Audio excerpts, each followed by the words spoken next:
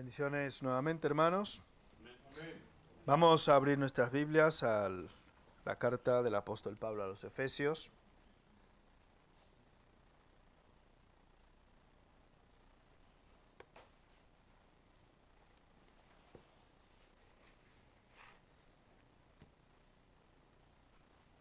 El capítulo 6.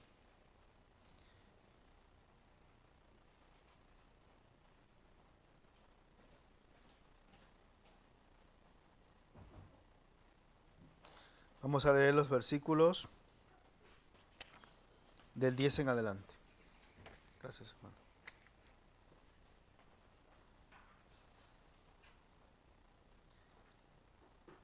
Hasta el 16 quedamos.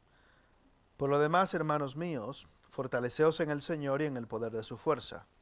Vestíos de toda la armadura de Dios, para que podáis estar firmes contra las acechanzas del diablo. Porque no tenemos lucha contra sangre y carne, sino contra principados, contra potestades, contra los gobernadores de las tinieblas de este siglo, contra huestes espirituales de maldad en las regiones celestes. Por tanto, tomad toda la armadura de Dios, para que podáis resistir en el día malo, y habiendo acabado todo, estar firmes. Estad pues firmes, ceñidos vuestros lomos con la verdad, y vestidos con la coraza de justicia, y calzados los pies con el apresto del Evangelio de la paz. Sobre todo, tomad el escudo de la fe, con que podáis apagar todos los dardos de fuego del maligno. El Señor nos bendiga con su palabra en esta tarde. Bien, la semana pasada estuvimos viendo, aparte de haber mencionado que íbamos a hacer ahí un paréntesis en lo que era el capítulo 5, al menos y parte del 6, en lo que correspondía a deberes y a responsabilidades entre esposo y esposa, padres e hijos, siervos y amos y siervos, etcétera, porque entendíamos que eso sería lo propio tratarlo en los domingos siguientes. Y aprovechando este salto, seguimos tratando lo que es este pasaje que corresponde no solo a la armadura de Dios, sino a las herramientas que el Señor nos da, tanto defensivas, como en este caso en singular, ofensiva, que es la espada del Espíritu, dice que es la palabra de Dios para librar esta batalla. Dios no nos manda a librar esta batalla sin las herramientas necesarias. La misma escritura en 1 Corintios 10:13 dice que no os ha sobrevenido ninguna tentación que no sea ¿qué? Humana, pero fiel es Dios que no os dejará ser tentados más de lo que podéis resistir, sino que dará también juntamente con la tentación ¿qué? La salida para que podáis soportar. Esto es insoportable. Habéis oído esa frase, ¿no? El Señor te dice que no. ¿Recuerdan? Bueno. ¿Recuerdan el ejemplo que pusimos aquí del meme aquel de las redes sociales? De aquel soldado inglés, ¿no? De aquel soldado real inglés, en el cual habían personas que le hacían memes y payasadas, y él tenía que estar en una posición de firme, independientemente de lo que se produjera a su alrededor. Y vimos aquí en la escritura, en este pasaje que leímos, que también nuestro deber es estar de la misma manera, es estar firmes. Bien, vimos, por ejemplo, en el versículo 13, en el 11 también, vestido de toda la armadura de Dios para que podáis estar como firmes contra las acechanzas del diablo. Versículo 13, por tanto tomad toda la armadura de Dios para que podáis resistir en el día malo y habiendo acabado todo estar como firmes. Estad pues, versículo 14, como firmes. Decíamos que Satanás había sido, según nos revela la Escritura, desde Génesis, había sido herido ¿dónde? En la cabeza. O sea que a Satanás se le ha infringido una herida que acarrea muerte. El tiempo de Satanás está establecido, las limitaciones de Satanás están también establecidas. Recuerdan, por ejemplo, el caso de Job, ¿no? Que Satanás quiere hacer y deshacer y Dios le limita su acción. Le dice, sí, está en tu mano, pero hasta aquí. No toques su cuerpo. Luego, posteriormente, déjame, pero no toques su vida. todas las cosas que Dios permite en nuestras vidas están bajo su control. Ninguna de ellas se le escapa, ni le es ninguna sorpresa, ni a Dios, como dice el Chavo o el Chapulín, no me acuerdo cuál de los dos era, se le chispoteó. A Dios no se le chispotea nada. No se le escapan ninguna de estas cosas. Y por ende nosotros debemos ser conscientes de esto, de que estamos en una guerra espiritual y que no es una guerra física. Por ende es necesario, dice la Escritura en el versículo 10, fortaleceos en el Señor y en el poder de su fuerza. Si tú y yo pretendemos pelear esta batalla en nuestras fuerzas, ya estamos derrotados. No tiene ningún sentido. Hablábamos aquí también acerca de lo que era la fuerza, físicamente hablando, como predictor de longevidad y de una vida, entre comillas, más larga, según algunos estudios que se han hecho, etc. Pero con respecto a nuestra batalla espiritual, eso no nos aprovecha demasiado. Al contrario, muchas veces al estar más fuertes físicamente o carnalmente, peor, porque la Escritura te dice que el espíritu es contra la carne y la carne contra el espíritu. Porque cuando usted está enfermo, usted no está pensando en pecar. Esta semana le he pasado malito, así que cuidado, es pecado también, seguro que sí. No vaya yo a decir aquí, no, como he estado malito, pues no he pecado la semana entera. Mentira. Vivimos pecando siempre, aunque sea nos quedamos contra Dios. Señor, ¿y por qué me duele la tripa? Ya estás pecando. O sea, bueno, pecamos siempre, constantemente. No te podría decir, cada minuto, cada segundo de nuestras vidas. Estamos en pecado constante. Pero en su gracia y en su misericordia el Señor nos libra y la sangre de Jesucristo, su Hijo, nos limpia de todo pecado del pasado, del presente y aún de los futuros. Fíjate. Bueno, fortaleceos en el Señor y en el poder de su fuerza. El diablo es un enemigo derrotado, puede hacer muchas cosas, pero está sujeto a la limitación que Dios le imponga. Por ende, aunque él quiera cualquier cosa, si Dios no se lo permite, no va a poder hacer nada. Eso nos debería dar tranquilidad y paz a nosotros, los creyentes, saber que Dios está en control de todas las cosas. Como decía que el erudito, que Satanás, aún Satanás es el Satanás de ¿quién? El Satanás de Dios. Bien, así que ya lo saben. Nuestra función, estar firmes. A eso el Señor nos ha llamado en esta carrera, a seguir firmes. Hablábamos también y dábamos el ejemplo de los que llevan menos tiempo en el Evangelio. Hay muchos aquí que ya tienen muchos años en el Evangelio. Probablemente el más viejo en el Evangelio, no físicamente, sino en el Evangelio, quizás sea Darinel, ¿no? ¿Cuántos años lleva, hermano Daniel, usted en el Evangelio? Conociendo a Cristo. 42. Usted es un niño ya, es un niño. ¿Alguien lleva más de ahí o menos? Yo creo. ¿Alguien lleva más de ahí? No, bueno, pues eso, yo tampoco. Así que yo ni he cumplido, sí, ya lo cumplí. Pero bueno, bien, en Cristo soy un adolescente, o sea que no pasa nada, un teenager casi. Imagínese usted, cuando hablábamos de las que llevaban menos tiempo en el Evangelio, ¿cuántos, entre comillas, habían visto caer siendo grandes y pequeños? Y no tenemos que ir muy lejos, simplemente a la Escritura. ¿Cuántos grandes, entre comillas, aún algunos de los que aparecen en Hebreos 11 como héroes de la fe, cayeron? El que quiere estar firme, si esta batalla usted y yo la pretendemos pelear fijándonos en el de al lado, también estamos derrotados. Esto no depende del que quiere ni del que corre, sino de Dios que tiene. Y debíamos en ese momento dar gracias a Dios pensando, Señor, gracias porque estoy aquí. Gracias porque si en algún momento he tropezado o he caído, sigo aquí. A pesar de todo, porque hay muchos que han tropezado, que han caído y en vez de arrepentirse, lo que hacen es espantar la mula y rebelarse encima. Increíble, ¿no? Y ahí vemos, por ejemplo, la diferencia entre David y otros hombres que cayeron. David, cuando cayó y fue confrontado por su pecado, lo que hizo fue arrepentirse. Bien, entonces, con respecto a este capítulo 35 que estamos tratando del libro de la autoría de nuestro hermano Ferguson, hay 3 acápites concretos que tenemos que tomar en cuenta, 2 de los cuales, o sea, los 2 primeros van a ser tratados en este capítulo 35 y el último en el capítulo siguiente, que es el 36. Y, como en toda batalla, es el contexto y la naturaleza de la batalla. Segundo, quién es el enemigo y cuál es su fuerza. Y tercero, cuáles son nuestros recursos o herramientas para la defensa y la victoria.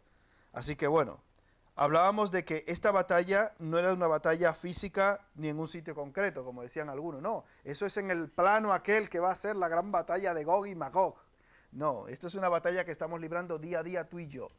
La batalla espiritual la estamos librando todos los días y el primer enemigo espiritualmente hablando, ¿quién es? Póngase a pensar usted, ¿quién es su principal y primer enemigo en cuanto a las cosas espirituales todos los días? Dígalo, Damaris. Exacto. Usted se mira al espejo y aunque usted se ve todo despeinado y feo en la mañana, obviamente. Bueno, yo he visto gente que se levanta precioso por la mañana, pero bueno, a mí no me pasa eso. Usted se ve y ese es el enemigo suyo, el principal y primordial y primer enemigo con el cual usted tiene que convivir todo su día, que es esa carne que le va a arrastrar constantemente o intentar arrastrar al pecado. Ahí está esa batalla. Usted tiene que librar esa batalla y por eso es necesario usted iniciar el día espiritualmente hablando de la mejor manera posible. Obviamente, este campo de batalla, como menciona aquí en Efesios, mira el versículo 12, dice, porque no tenemos lucha, 6:12, contra sangre y carne, sino contra principados, contra potestades, contra los gobernadores de las tinieblas de este siglo, contra huestes espirituales de maldad en las regiones celestes. La batalla espiritual se va a librar en España. No, que en mi país es más fácil ser cristiano, mentira. En República Dominicana hay una iglesia en cada esquina y es complicado ser creyente también, ¿eh?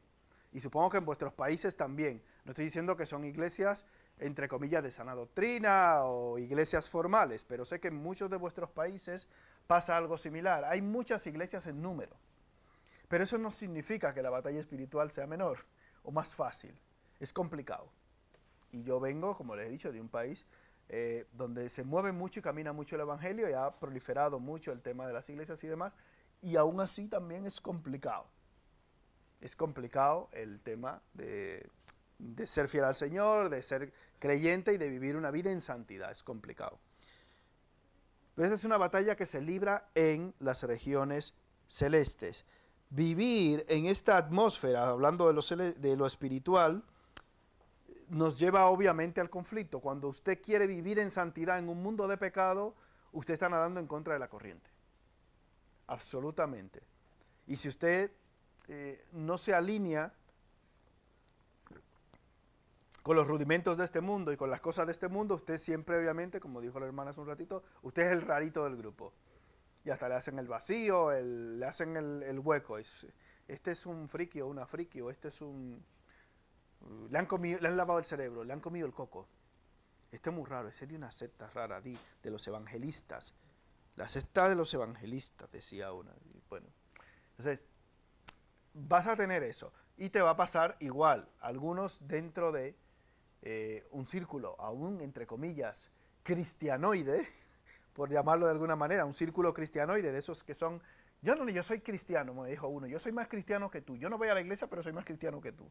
Vale, bien, sí, seguro que sí. Claro, él estaba dedicado a la brujería, pero él decía que era más cristiano que yo, pero que no iba a la iglesia. Entonces, vale, muy bien, te puedo aplaudir si quieres. Y yo soy más cristiano que todos esos cristianos que están en la iglesia. Vale, bien. Eso te lo vas a encontrar con relativa frecuencia. Si estás viviendo o intentando vivir una vida que agrada a Dios, obviamente te va a tocar, porque dice el apóstol Pablo que también todos los que quieren vivir piadosamente en Cristo Jesús padecerán ¿qué? Persecución. Y no quiere decir una persecución necesariamente física, como tristemente se está viviendo en muchos países hoy en día, principalmente países musulmanes que persiguen a los cristianos y otro tipo de países también por ahí en Asia, África, etc. Tenemos otro tipo de persecución, una persecución también espiritual, y eso lo vemos en las redes, en los medios, etc., en los cuales a la mínima que tú digas o te expreses a favor de lo que enseña la Escritura, pues ya sabe lo que eres. Eres homófobo, eres troglodita, eres un facha, eres un... todo lo que te puedas inventar. Hay una lista de pronombres hay una lista concreta que se aplica a todo aquel que no sigue las normas que plantean esta gente. Y si tú en alguna cosa de estas patinas, se te mete en ese cajón. Homófobo, machista, troglodita, delincuente. Vale. Homófobo, machista, fascista, delincuente, sí, pero ven acá, no hay manera, no. O sigues todos mis lineamientos o estás en el cajón. Punto, ya. Así de simple. Y es una cosa que tristemente estamos viendo hoy en día, esa persecución y esa situación política que se ve en este país y en otros países, en muchísimos países más también.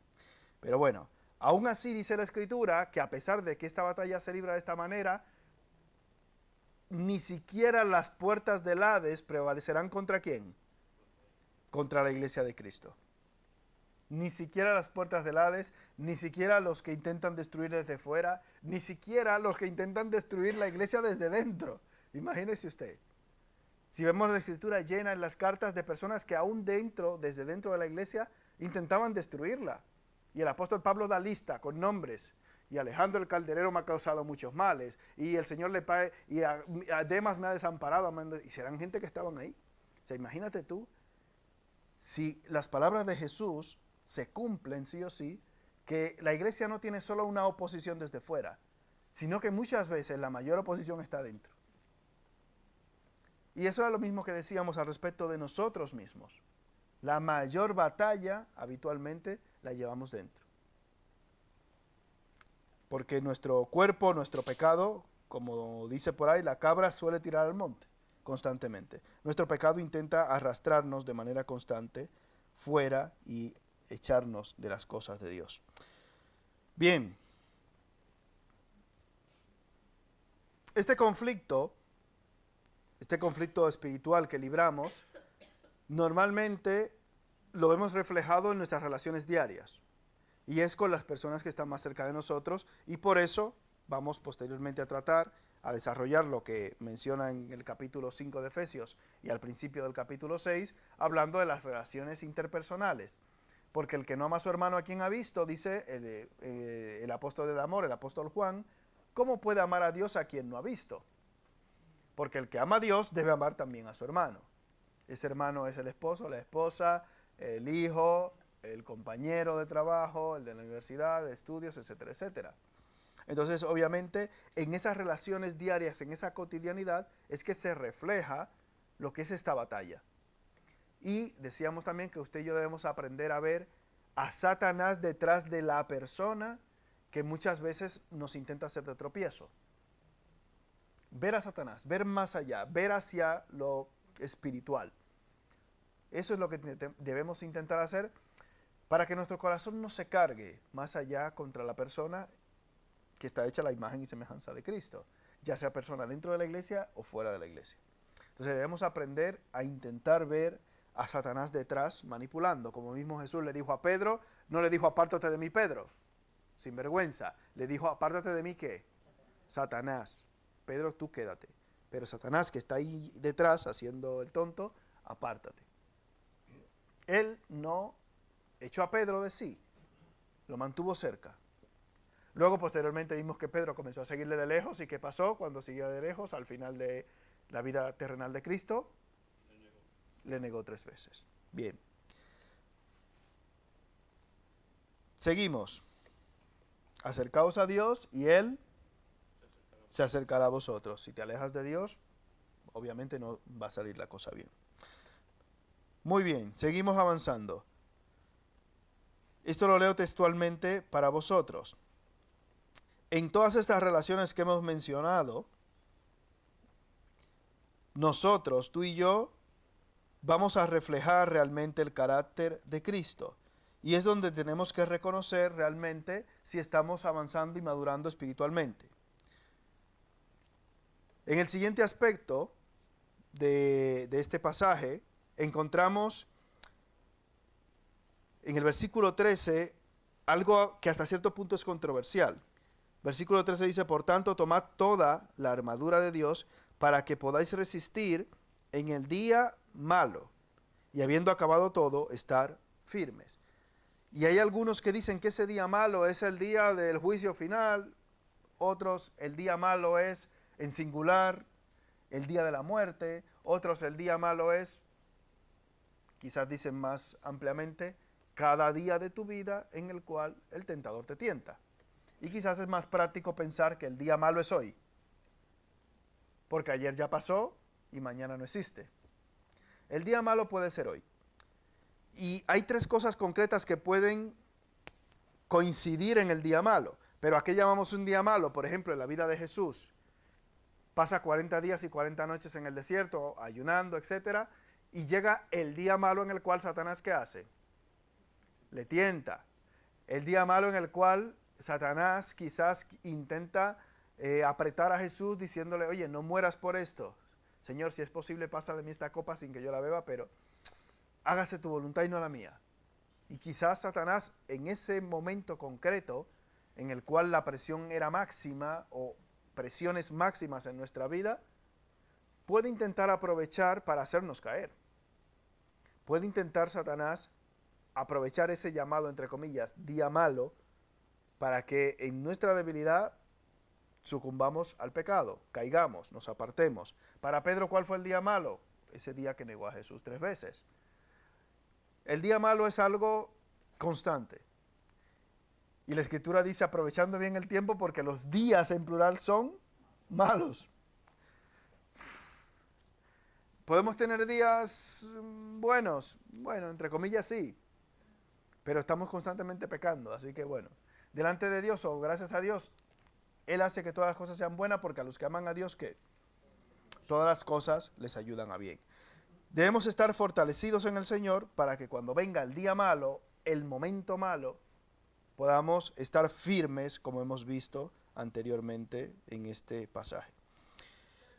Y el día malo, hay tres cosas concretas que convierten el día malo en una bomba atómica. Hay tres cosas concretas, y es la tentación, el deseo y la oportunidad.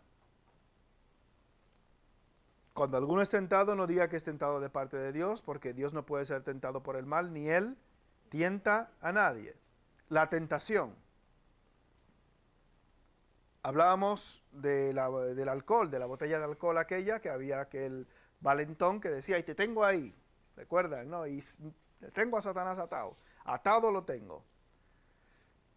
Para ti o para mí quizás no es una tentación, pero una persona que tiene problemas con el alcohol, para esa persona sí es una tentación.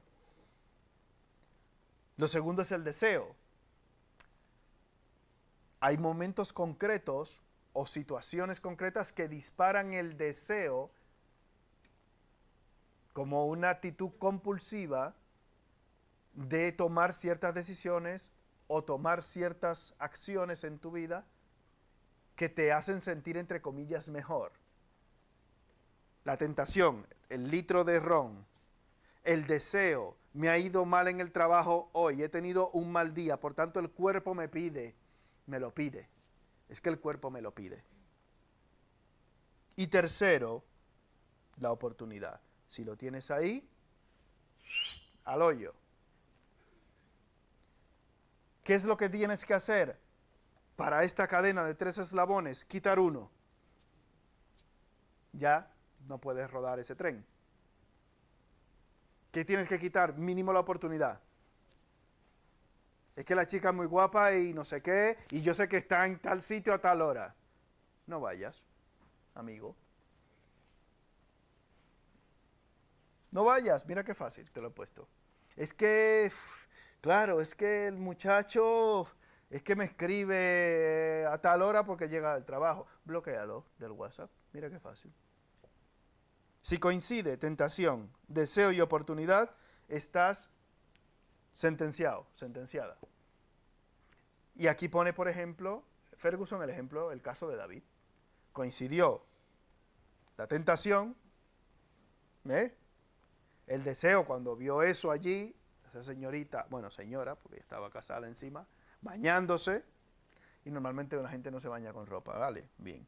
Y tercero, la oportunidad. El hombre, Urias estaba por allí en la guerra y yo solo, la casa sola, la soledad. No creo que David estuviera solo, pero yo soy el rey, pues hago lo que quiera. Trocotrón al pecado.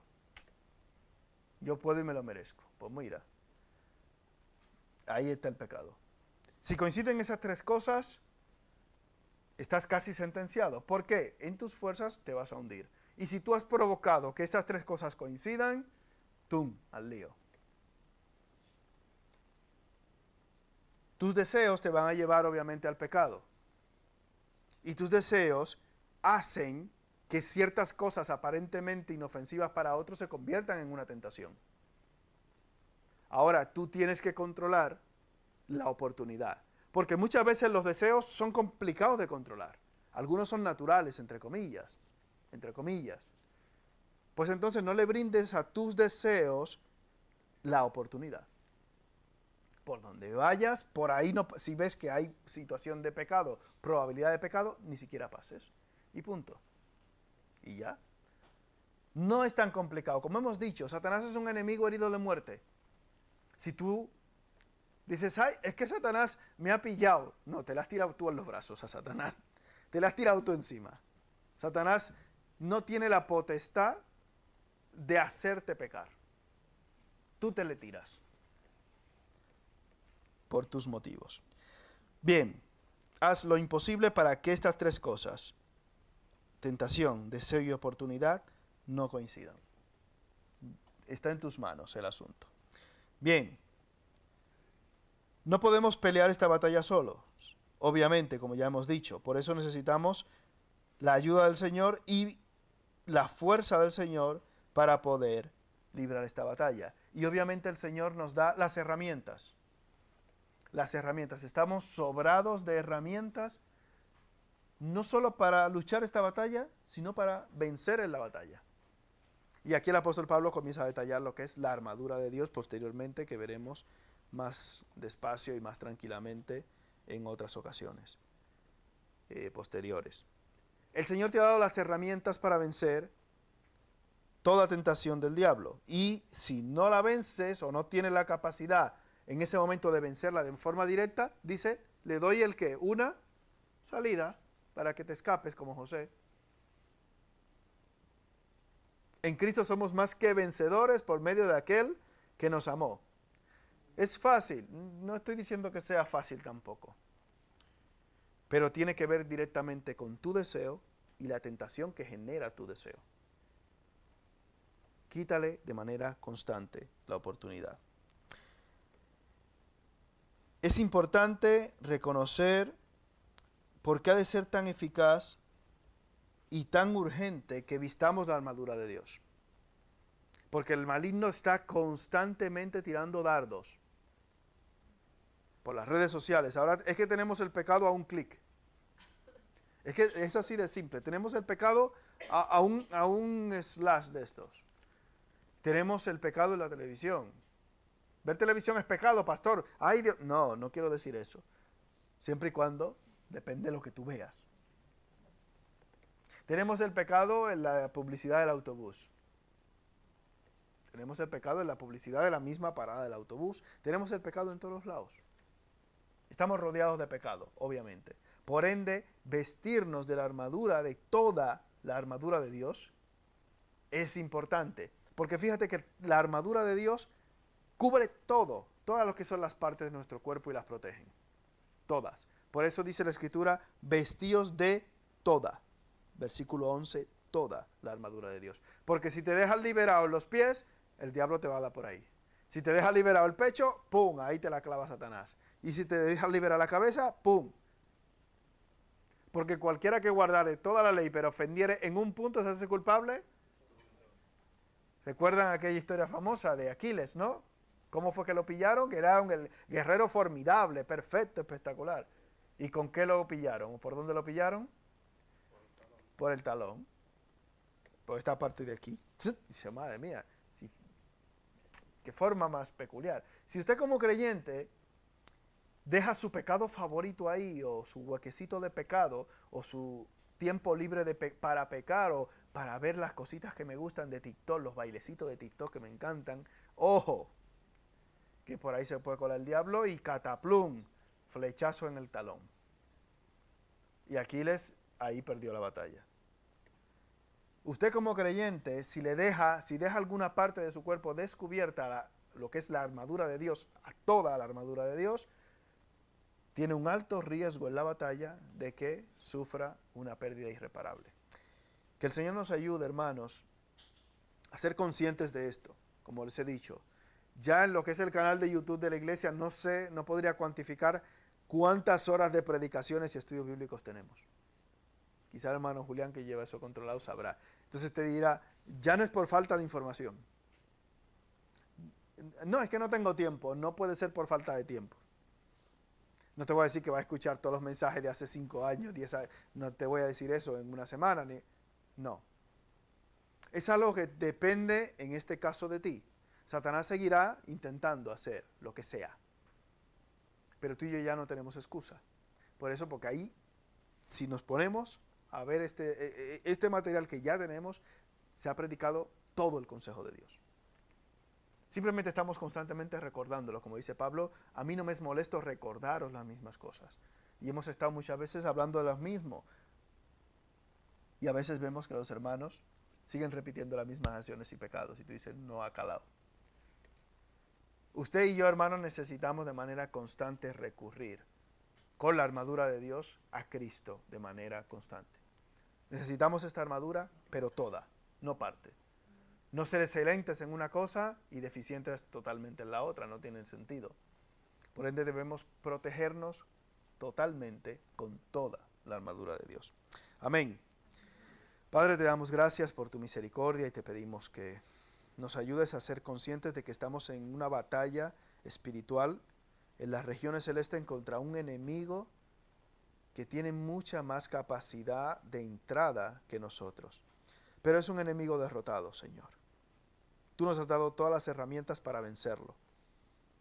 Te damos gracias, Padre, porque si intentamos luchar contra el enemigo en nuestras fuerzas, estamos derrotados de entrada. Pero tú nos has dado las herramientas necesarias en nuestras vidas para poder vencer las acechanzas del diablo y estar firmes. Padre, ayúdanos a hacer uso de las herramientas que ya tú nos has dado para que podamos librar esta batalla y salir victoriosos de ella. Gracias, Padre, en el nombre de Jesús. Amén.